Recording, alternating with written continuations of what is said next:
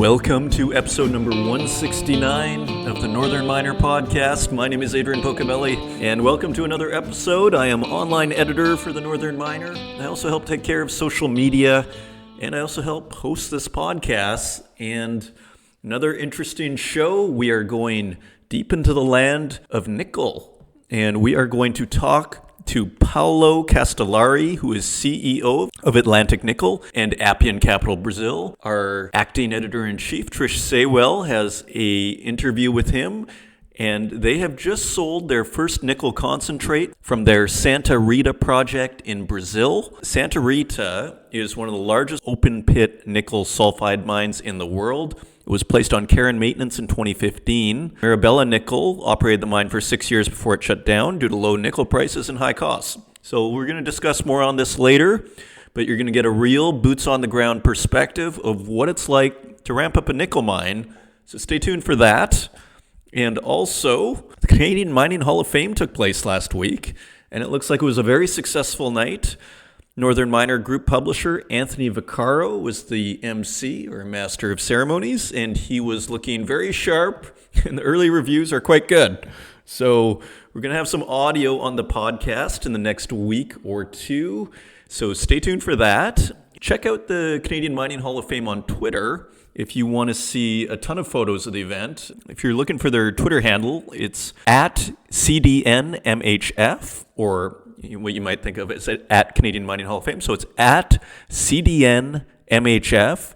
And what I love about what they're doing, something we do, is they've been retweeting everyone who took pictures of the event. And so you get a real nice variety of pictures from different perspectives. A lot of people having fun. And so check out at CDNMHF. Like I was saying, we do that here too. So if you're sharing stories from the Northern Miner, be sure to tag us, as you'll very likely get a retweet. So just throw that out there. I like to mention that every few weeks. You can find us online at northernminer.com, on Twitter at Northern Miner, on Instagram at The Northern Miner, and on Facebook, YouTube, and LinkedIn. And as well, this podcast is available on Spotify, Google Podcasts, and of course, Apple Podcasts.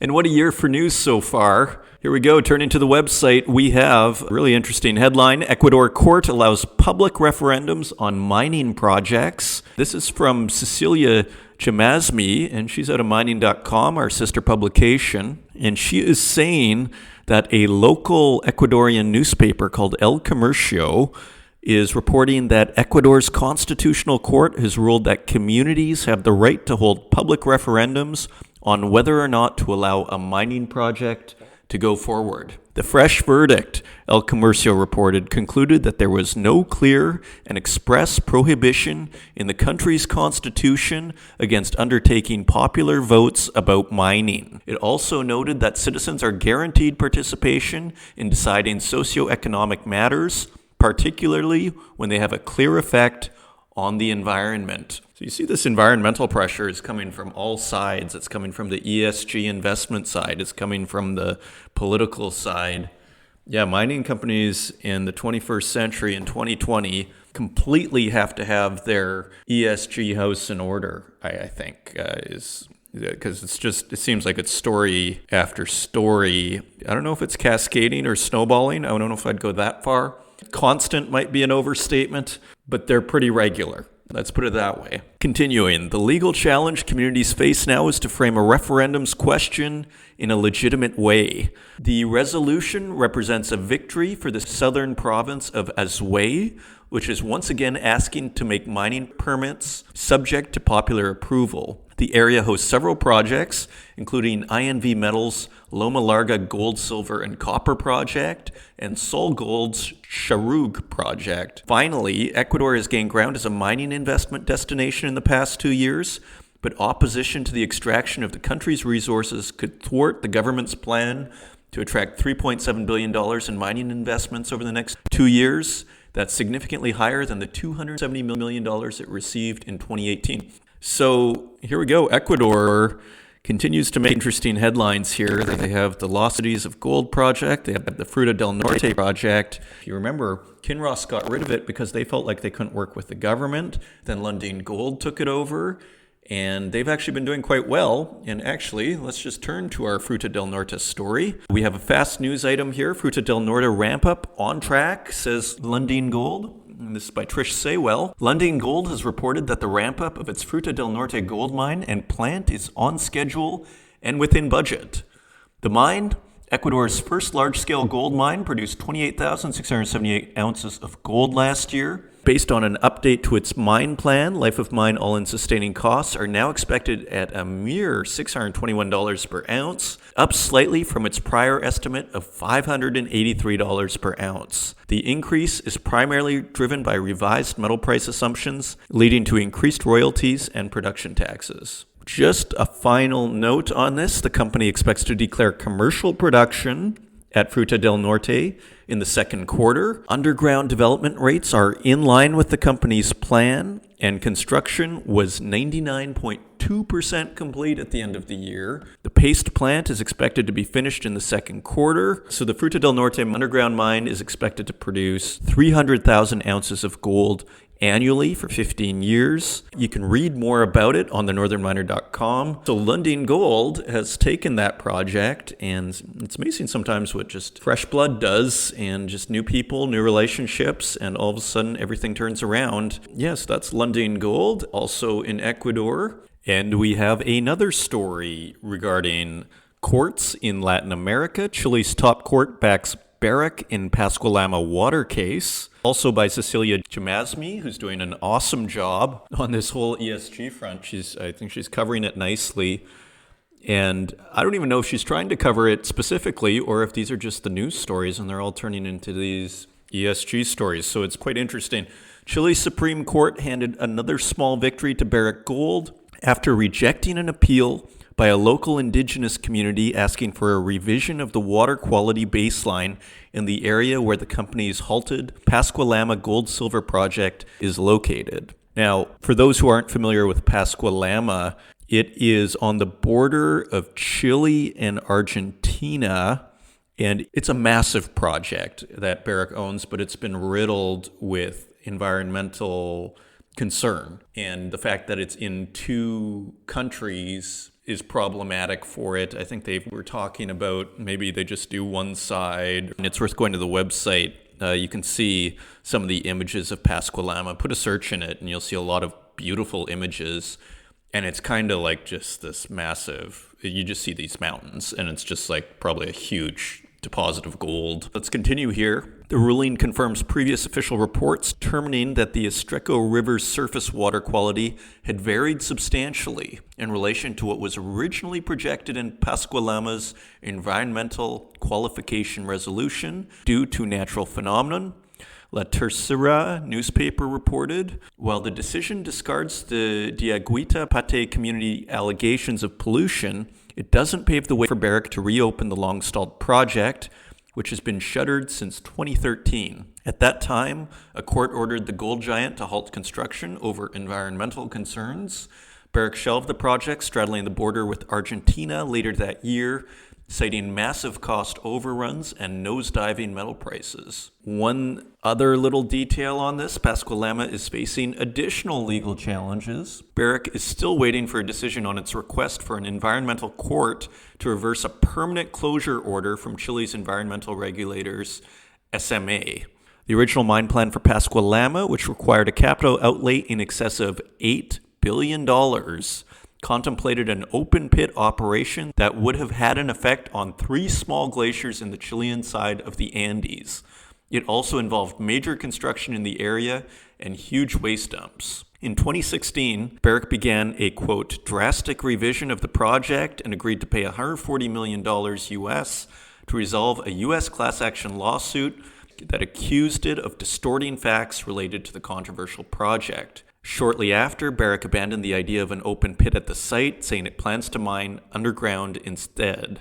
And then finally, just to give you a sense of the scale, if it ever comes into production, Pascua-Lama would generate about 800,000 to 850,000 ounces of gold and 35 million ounces of silver per year in the first full 5 years of its 25-year mine life. So, Chile's top court backs Barrick in Pascua-Lama water case. So a miner wins this one.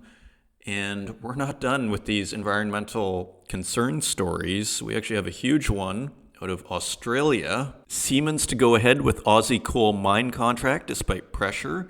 So German engineering giant Siemens will honor a controversial contract to supply signaling systems to Adani's Carmichael coal mine in Australia, despite being under fire for the project's alleged climate implications. And of course, Australia is suffering from all these massive wildfires. I mean, you just see, it seems like the story has been going on for weeks now, and the images and the reports are pretty heart-squeezing. I mean, the billion animals, I think, is such a huge number. You know, it's kind of a scary number when you start talking in terms of billions of casualties. So they're talking about animals, and that's quite the number. The Prime Minister, as far as I understand, is not a huge environmentalist, and so I think he went on vacation during the fires. So it's becoming, this climate change thing in Australia is really coming to the fore as an issue. Whatever side you're on, it's an issue. So Siemens is honoring a contract to supply basically signaling systems to Adani's Carmichael coal mine in Australia, despite criticisms from various activists. So we have a quote from Chief Executive Joe Kaiser, who's from Siemens. We have just finished our special meeting. We have evaluated all the options and have concluded that we must fulfill our contractual obligations. He also vowed that Siemens, which supports the Paris Climate Agreement to curb carbon emissions, would create a body to better, quote, manage in the future the questions of protecting the environment. So you see, Siemens, okay, like they are saying they're on board with the Paris Climate Agreement and they are actively concerned about protecting the environment, or to answer those questions at the very minimum. The decision on the contract, reportedly worth 20 million euros or 22 million US, comes as Australia is dealing with an unprecedented fire crisis that has claimed at least 27 lives, destroyed more than 2,000 homes, burnt millions of hectares of unique habitat, and killed more than 1 billion animals. And we have a quote from the environmental lobby group Australian Conservation Foundation. They said, Siemens' announcement that it will continue working on Adani's coal mine while bushfires rage in Australia is nothing short of shameful. The company has shown its true colors with this decision. It has a climate change policy, but it is hollow and empty. Kaiser met last week with German activist Luisa Neubauer, offering the 23-year-old a seat on the supervisory board of Siemens Energy, which she turned down. Siemens Energy creates gas turbines and wind turbines, while the Adani contract will be supplied by Siemens Mobility, a different division. Kaiser also said there were competitors to the railway signaling contract. So he says, quote, whether or not Siemens provides the signaling, the project will still go ahead. So he kind of said, it's not going to make a difference if we do it or someone else does it. Yeah, I'm not sure that kind of reasoning is going to placate the critics. I don't know if anything will placate the critics, but saying it's going to happen anyway, I'm not sure that's really an ideal response. But let's continue. Enough editorializing. Swedish climate activist Greta Thunberg weighed in. She said last week that Siemens had the, quote, the power to stop, delay, or at least interrupt the building of a huge Adani coal mine in Australia, and people should push the company, quote, to make the only right decision. So this is getting a lot of attention. I think it's really interesting too. I mean, Greta Thunberg, last I heard she was 16 years old. Here you have a 23-year-old German activist who seems to be leading the charge against Siemens, Luisa Neubauer. Pretty interesting. And just a final point, it says here that Australia is the world's biggest exporter of coal. Maybe that's why this project is also getting so much attention. You can read the whole thing on northernminer.com. That's Siemens to go ahead with Aussie coal mine contract, despite pressure. And also, there's a really interesting story I don't want us to miss. This was done by Trish Saywell, and it's Mavericks Metals Prove Skeptics Wrong. And this is like a 3,000-word article on how Mavericks Metals, which came out of Pan American Silver, turned from sort of a small royalty and streaming company to one with more than 100 assets. So it's a very interesting story, kind of a great business case. If you're interested in streaming companies and royalty companies and just how that whole business model works, This article is for you. In the 3.5 years since Jeff Burns co-founded Maverix Metals with CEO Daniel O'Flaherty in July 2016, the royalty and streaming company's portfolio has grown to more than 100 assets, 14 of them paying.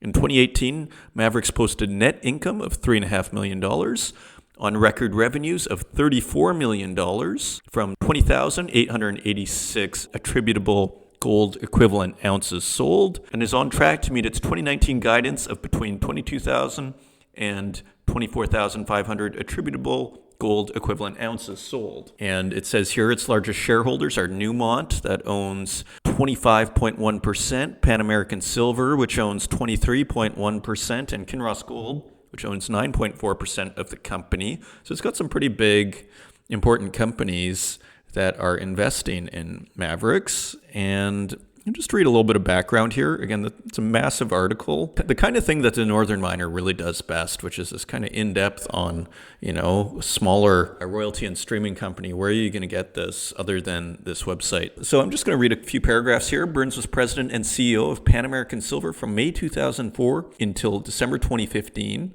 And he's one of the co-founders of Maverix Metals. After more than a decade at the company, he decided it was time to step down and let someone else take the reins for the next leg of growth. While the company was introducing Michael Steinman as his successor, Burns happened to be reviewing Pan American Silver's annual information form and realized that buried in the portfolio was a series of royalties for which the company was getting zero market recognition and zero value. So he went to the board and asked whether they thought it would be worthwhile to pull the royalties into a separate vehicle and allow him to bring them to the market. Company chairman Ross Beatty, a hugely successful serial entrepreneur and renowned mining operator and investor, thought about it for a minute, Burns recalls, and said he thought it was an excellent idea. They set it up. It took 6 to 8 months to organize the portfolio, find a shell company to use, and identify candidates to participate on the board and management team. Pan American initially held a 60% stake in the company, and Maverix completed a private placement before its launch on the TSX Venture Exchange and provided it with a modest treasury of $6 million.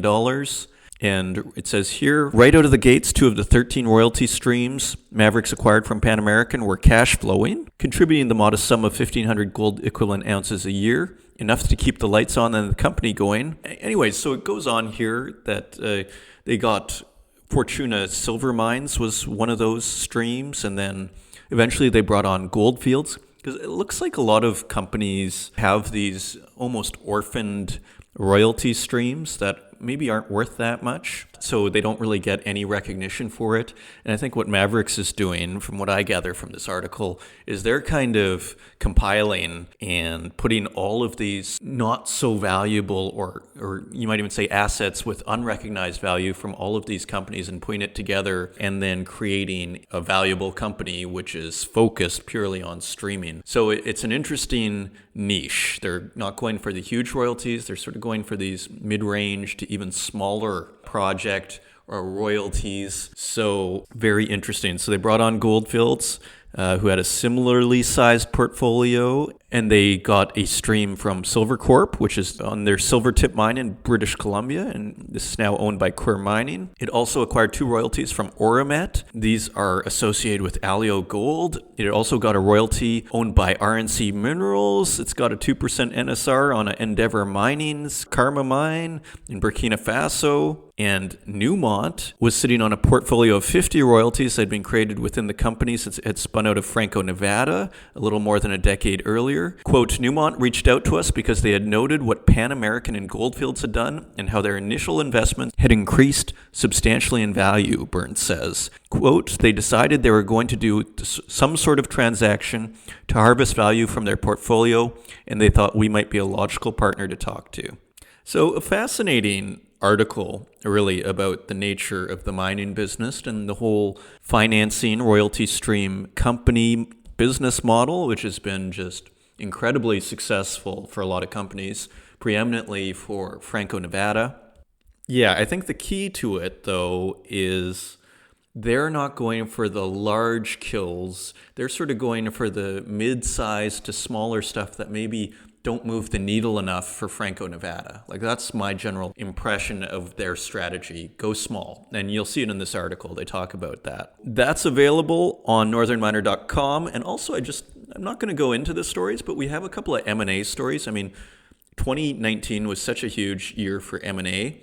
And I want to point out and highlight that we have a couple of stories on that. Bank of America sees further consolidation in the gold sector, and M&A will continue in 2020, Dorsey and Whitney says.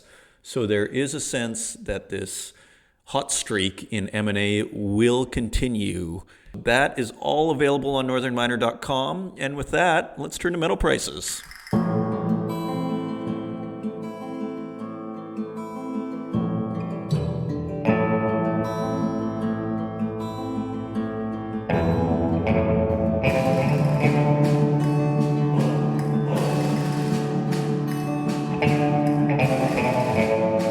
And turning to metal prices, we'd like to thank once again our friends at infomine.com who provide us with these prices, and they are available if you simply put in metal prices and Infomine. It's the first link that will show up.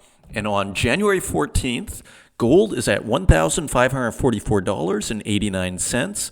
That is $24 less than last week. Silver is at $17.79. That is 43 cents lower than last week. Platinum is at $969.30, which is $2 lower than last week. Palladium is going parabolic. It's at $2,150.79.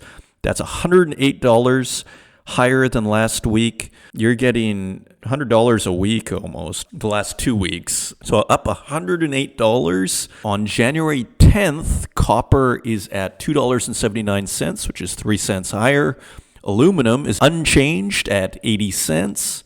Lead is up a penny at 87 cents. Nickel is at $6.37. That is 14 cents higher. Tin is at $7.84 per pound, and that's 24 cents higher. Cobalt is slightly lower at $14.74 per pound. It's about 8 cents lower. And zinc is up 4 cents at $1.08.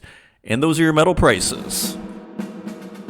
And coming up, we have Paulo Castellari. He is CEO of Atlantic Nickel and Appian Capital Brazil, and they have just sold their first nickel concentrate from their Santa Rita project in Brazil. Santa Rita is one of the largest open-pit nickel sulfide mines in the world. It was placed on care and maintenance in 2015. Mirabela Nickel operated the mine for 6 years before it shut it down due to low nickel prices and high costs.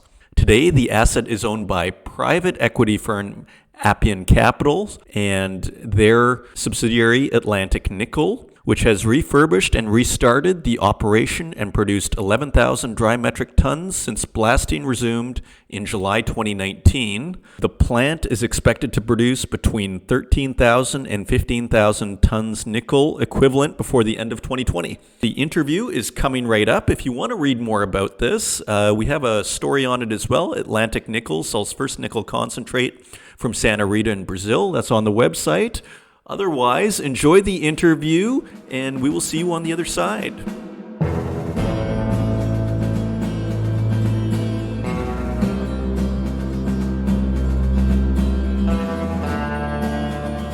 Well, thanks, Paulo, for doing this, and congratulations on the news on January the 6th that you've already started selling nickel concentrate. Do you want to just tell me how it's going so far? Thank you very much, and thank you, Trish, for the interest. So I think perhaps just to recap a little bit, we had an original plan to refurbish, revamp, relook at the plant and, of course, at the mine operations so that we would restart operations sometime in Q1 in March. Okay, that was the original plan. Since August, September, we started having very good results, particularly from the plant in terms of accelerating certain pieces of work. We've rolled out a couple of more challenging targets for the team, pushing here and there, and we'll talk a little bit about the pressure points in a minute, so that we started having very good results. continued accelerating the process. Basically, we put together an accelerated program to run in parallel with the original program, and that resulted in what you heard, being that we concluded the first sale just before the end of the year, with the first shipment now by mid-January. 5,000 tons already, 6,000 tons already at the port. That's concentrate, and we'll continue to bring more tons so that by mid-January, a week and a half from now, we'll have the 10,000 tons of a concentrate that will be shipped to the port of Ilhéus. It is low volumes now, but again, the results have been very good in terms of taking into account, it's a ramp up. What we say here internally, Trish, is that of course, it's not a ramp up from a greenfields, and of course, if it were, we would be talking about an 18-month program, not a 6-month program. But we had an original plan for 6 months ramping up to reach a nominal capacity, annualized that is, and we continue with that. It's just that we brought forward a couple of months, through 2-3 months, so that we expect by June, July, be at nominal capacity touch. What exactly happened that allowed you to accelerate it by those couple of months? It's a very good question. There are no miracles. The only thing that actually the team did differently from the original plan was a more detailed risk analysis, Trish. We rolled out in August, September, a couple of, I don't know if they're tricks, but just practices that we have brought from other places that the team and I have been. Basically mapping the pinch points, mapping the points that we felt were more relevant to the process, to the whole value chain, and basically applied risk analysis in terms of being prepared for what could happen. That when it comes to ramp up, you really don't know what's going to happen, right? You just keep testing the process, and step by step, you're applying more and more pressure to the system so that you understand where the system holds and where it doesn't. That's how it goes on ramp ups. But, we also did, I think this is the other thing that the team did, which was extremely helpful, and this was before my time. People kept a close track of the original team, Trish, and I'm talking about coordinator level, right? So quite junior level at the plant. When the plant was put to mothball mode, they kept contact with the people. They kept track of where the operators, the coordinators, the shift bosses were allocated in the region. In the process of ramping up, in the process of the restart, simply called them back, and people were very glad to come back. And that, of course, helped us a lot in terms of training, in terms of the whole safety conversation, because people knew how we wanted to operate from the previous operation. So perhaps these two key things, very strong risk analysis, understanding value chain in detail, understanding the limits of the system in detail. Very early days, we applied some statistical controls as well in terms of control charts, these sort of things, but nothing really out of the ordinary. It's just like plain, simple, very good, solid operating practices. And can you remind our readers when it was put on care and maintenance? So in 2015, it was the last year that Atlantic Nickel produced concentrate. And sorry, why was that?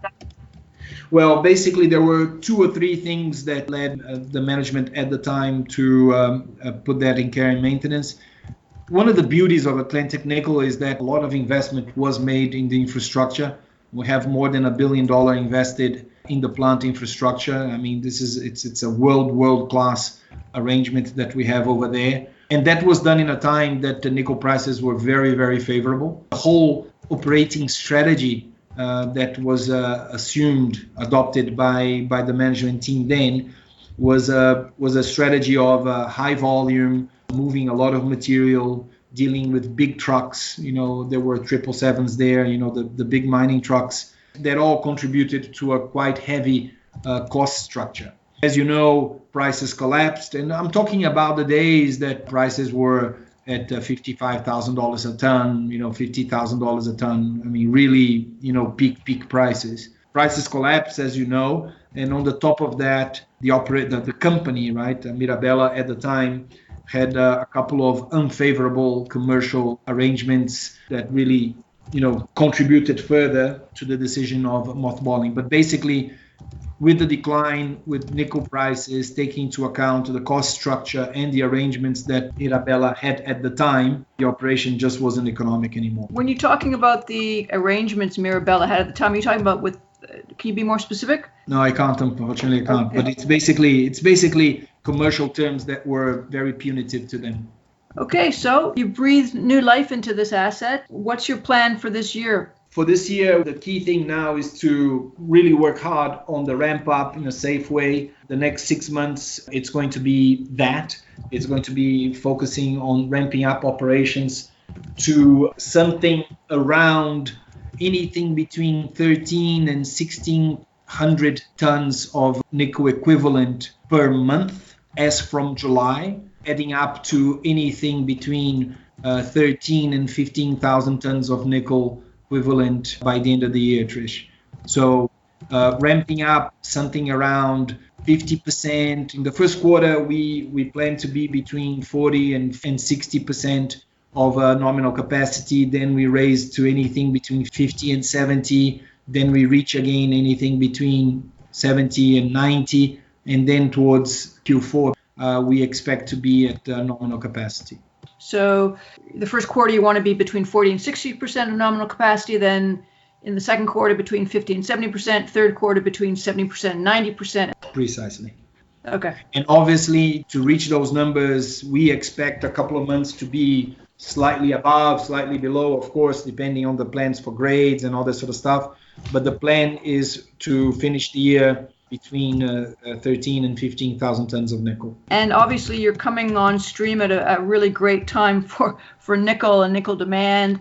The fundamentals look really great with the electric vehicle market, stainless steel production, and so forth. Yeah, and I think, as I'm sure you know, we are very privileged to have the asset we have, because there are not that many out there that will produce the product that we produce. It's an easy product. It's a product that, as you rightly said, statistically speaking, it will end up going in one way or another to some stainless steel. But the real deal for this asset now and going forward will have to be the batteries market, because of the nature of the product, right? I think our neighbors dealing with the ferronickel and even class 1, I'm sure they're going to enjoy a good period going forward, but not as much as producers like ourselves, or relatively speaking, of course, right? So can you give me a breakdown roughly of how much of your end product would be going into EV markets and stainless steel?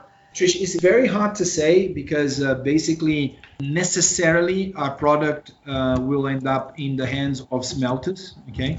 So yep. At the end, it's difficult to understand whether they're going one direction or another. But again, I feel that given the numbers that we have now and what we expect the market to move over the, say, next 2, 3, 5 years, at the end, a good chunk of our material will end up in some form of stainless steel. You see what I mean?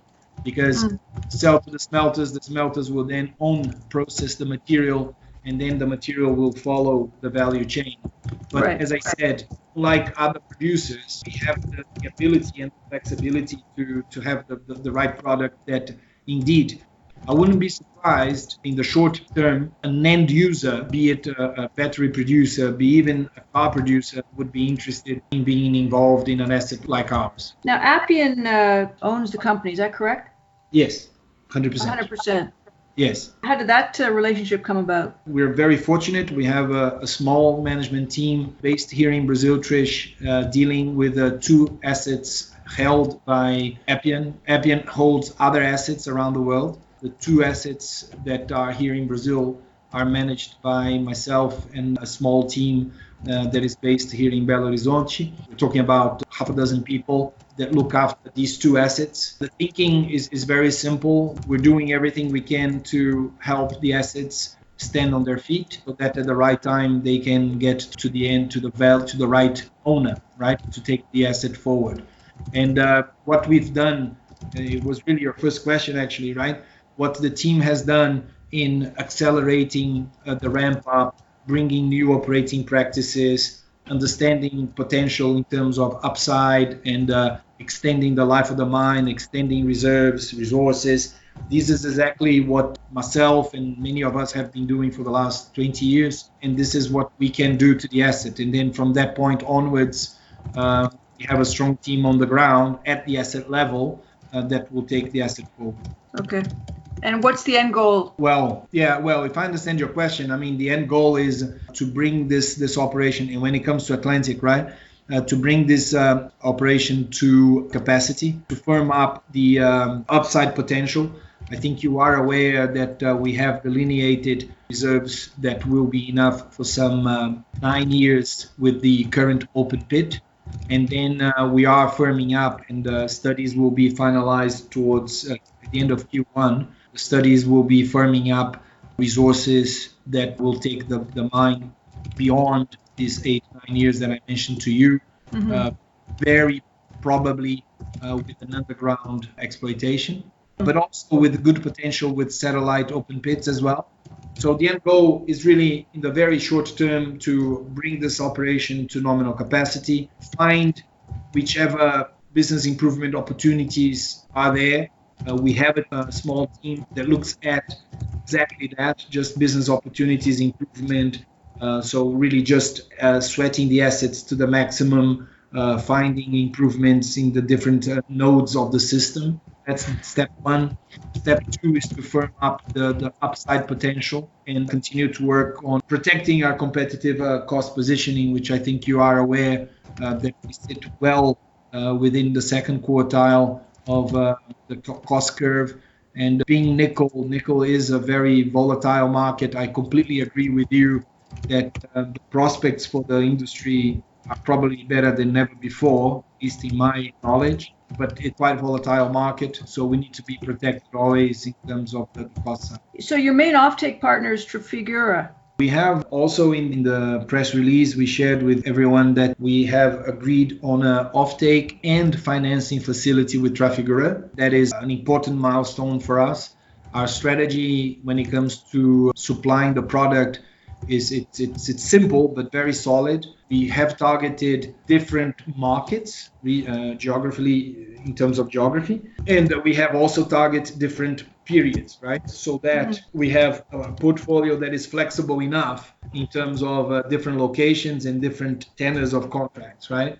So the example with Trafigura is Trafigura by nature is a trader, so we have the flexibility to move up and down volumes more than one would typically have with, say, an end user or a smelter. In parallel, we are working with smelters in Europe and smelters in Asia, so that we have a good split, as I said, both in Europe and in Asia, which are good markets to take our product. Okay, is there anything else that you wanted to mention with this restart? Perhaps just to take the opportunity that I don't know if all readers are aware. I mean, we are extremely well positioned, Trish, with Atlantic Nickel for a couple of reasons. I think we shared with you most of them. The one that we haven't shared, we talked about the deposit and the fact that we have upside potential, and that's the work that we're going to do over the next 6 to 12 months to firm up not only the reserves we have, but also the upside potential. We are very confident that this asset will have a life in excess of 20 years. So the deposit is not only good, but it's scalable. It is of the right product. We are fortunate to be in a very business-friendly, mining-friendly jurisdiction in Brazil. I always say, Trish, that Brazil is not quite like China, of course, but there are different regions in Brazil where mining is seen very differently. The events that we saw back in November 15 and then unfortunately in January this year did not help at all the reputation, but also the legislation in certain areas. But the state of Bahia, which is the state that Santa Rita mine is located, is very friendly. They are very keen to see Santa Rita back in operations. As a matter of fact, they have suffered and they saw the impact in the community and in the value chain when Santa Rita was put to mothball mode. So the fact that we are in a friendly jurisdiction, it's something that it's very important and not often talked about. And the third one that we talked about is around the people and the team. I think Appian has managed to put together a very strong team at all levels.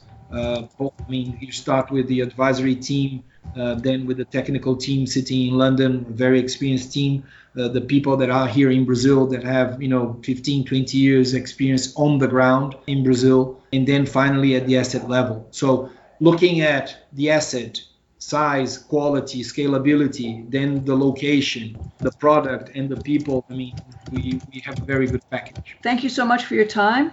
Thank you. Best of luck with the rest of your ramp up. Thank you very much indeed, and thanks again for the interest. Thanks, Paulo.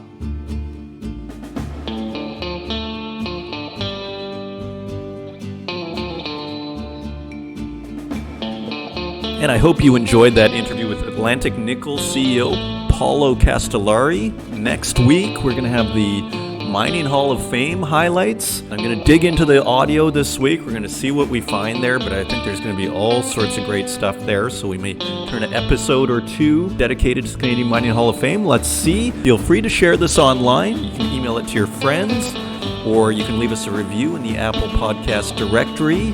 Thanks again for listening, and we'll see you next week.